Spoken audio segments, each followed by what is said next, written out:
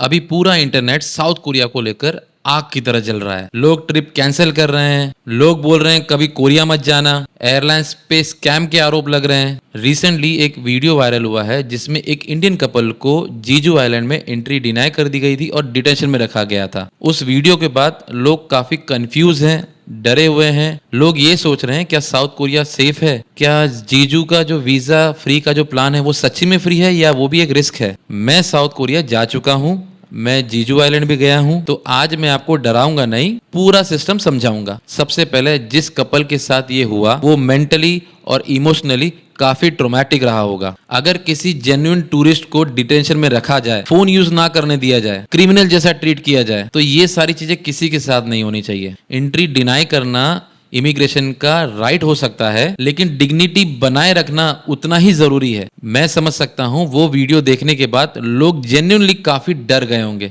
अब मेरी स्टोरी सुनिए। मैं इंचियोन सियोल एयरपोर्ट जब उतरा था तो इमिग्रेशन ऑफिसर ने मुझे जनरल सवाल पूछे थे। मैं कहाँ रुकूंगा, कौन से होटल में ठहरूंगा, मैंने पैसे कितने कैरी किए हैं, कहाँ कहाँ मैं जाऊँगा, कैश कितना लेके आया हूँ।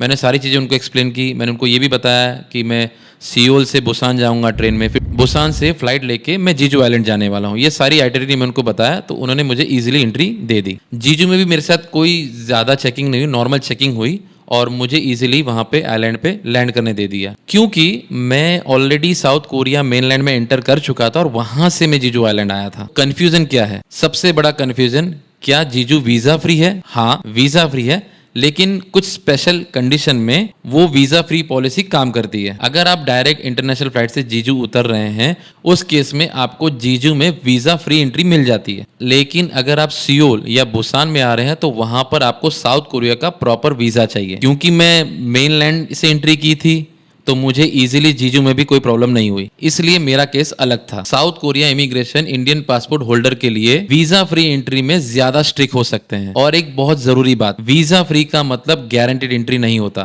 पूरी दुनिया में रूल है, entry is always the discretion of immigration officer. Officer को अगर डाउट हो तो वो एंट्री डिनाई कर सकते हैं। अब एक टेक्निकल टर्म समझिए। एविएशन लैंग्वेज में ऐसे केस को कहा जाता है इनएडमिसिबल पैसेंजर। इसका मतलब क्रिमिनल नहीं होता, इसका मतलब सिर्फ इतना होता है कि आपकी एंट्री डिनाई हो गई है। अगर किसी इंडियन पासपोर्ट को साउथ कोरिया इमिग्रेशन ऑफिसर ने एंट्री डिनाई कर दी है तो वो इनएड में आ जाता है। सिस्टम के हिसाब से ऐसे पैसेंजर को कंट्रोल मूवमेंट में रखा जाता है। यहीं से डिटेंशन जैसा एक्सपीरियंस शुरू होने लगता है। मैंने थोड़ा रिसर्च किया, कुछ लोग जेजू रूट को मिसयूज करने की कोशिश करते हैं। इलीगल स्टे या रेफ्यूजी के केसेस बहुत बड़े हैं। अब उसका असर क्या होता है? जेन्युइन इंडियन पासपोर्ट होल्डर भी सस्पिशियस में आ जाते हैं, उनके ऊपर भी डाउट होने लगता है। क्या यह अनफेयर है? हाँ, अनफेयर है। क्या हर केस रेसिज्म है? नहीं, हर केस रेसिज्म नहीं है, लेकिन जेन्युइन टूरिस्ट को क्रिमिनल जैसा ट्रीट करना ये सही नहीं है। अब एयरलाइन वाला कंफ्यूजन दूर करते हैं। अगर साउथ कोरिया इमिग्रेशन ने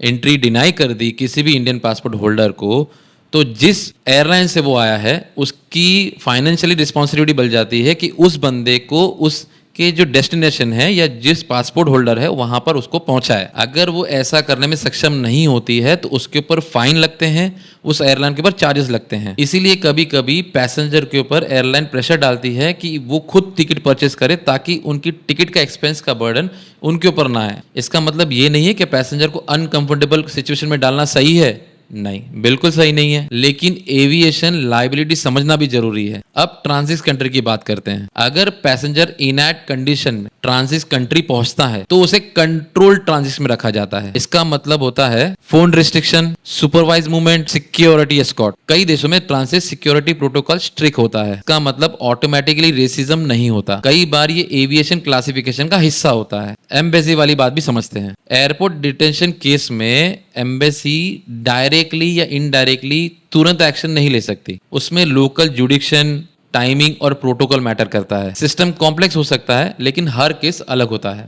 मेरा पर्सनल एक्सपीरियंस साउथ कोरिया में सियोल, बुसान, जेजू, मुझे कहीं भी रेसिज्म जैसा फील नहीं हुआ। लोग हेल्पफुल थे, एक्सपीरियंस मेरा स्मूथ रहा। लेकिन इसका मतलब ये नहीं कि हर एक्सपीरियंस सेम होगा। हर कंट्री में स्ट्रिक्ट ऑफिसर होते हैं, लेकिन पूरी कंट्री को विलन बना देना ये सही नहीं होता। ट्रैवल इमोशनल रिएक्शन से नहीं, इन्फॉर्म्ड डिसीजन से होना चाहिए। अगर आप साउथ कोरिया या जीजू आइलैंड का प्लानिंग कर रहे हो, स्पेशली इंडियन पासपोर्ट के लिए, तो ये सारी चीजें आपको ध्यान में रखनी है। पॉसिबल हो तो प्रॉपर टूरिस्ट वीजा लेके जाइए। जेजू वीजा फ्री पॉलिसी पूरा समझ लीजिए जाने से पहले। अपनी आइटनरी का पूरा एक प्रिंट तैयारी कीजिए। होटल कंफर्मेशन की हार्ड कॉपी रखिए अपने साथ। रिटर्न टिकट का आपके पास डिटेल होना चाहिए। बैंक बैलेंस और थोड़ा बहुत कैश आप कैरी कर सकते हैं। ऑफिसर जितना सवाल करे उसी का जवाब दीजिए। मेंटली प्रिपेयर रहिए कि एंट्री गारंटीड नहीं होती। सोशल मीडिया की हाफ इंफॉर्मेशन पे डिसीजन मत लीजिए। ट्रैवल का मतलब होता है दुनिया देखना। मैं टोटल 28 कंट्रीज ट्रैवल कर चुका हूं। डर के कारण सपने देखना मत छोड़िए, लेकिन आंख बंद करके भी मत जाइए। सिंपैथी जरूरी है, लेकिन अवेयरनेस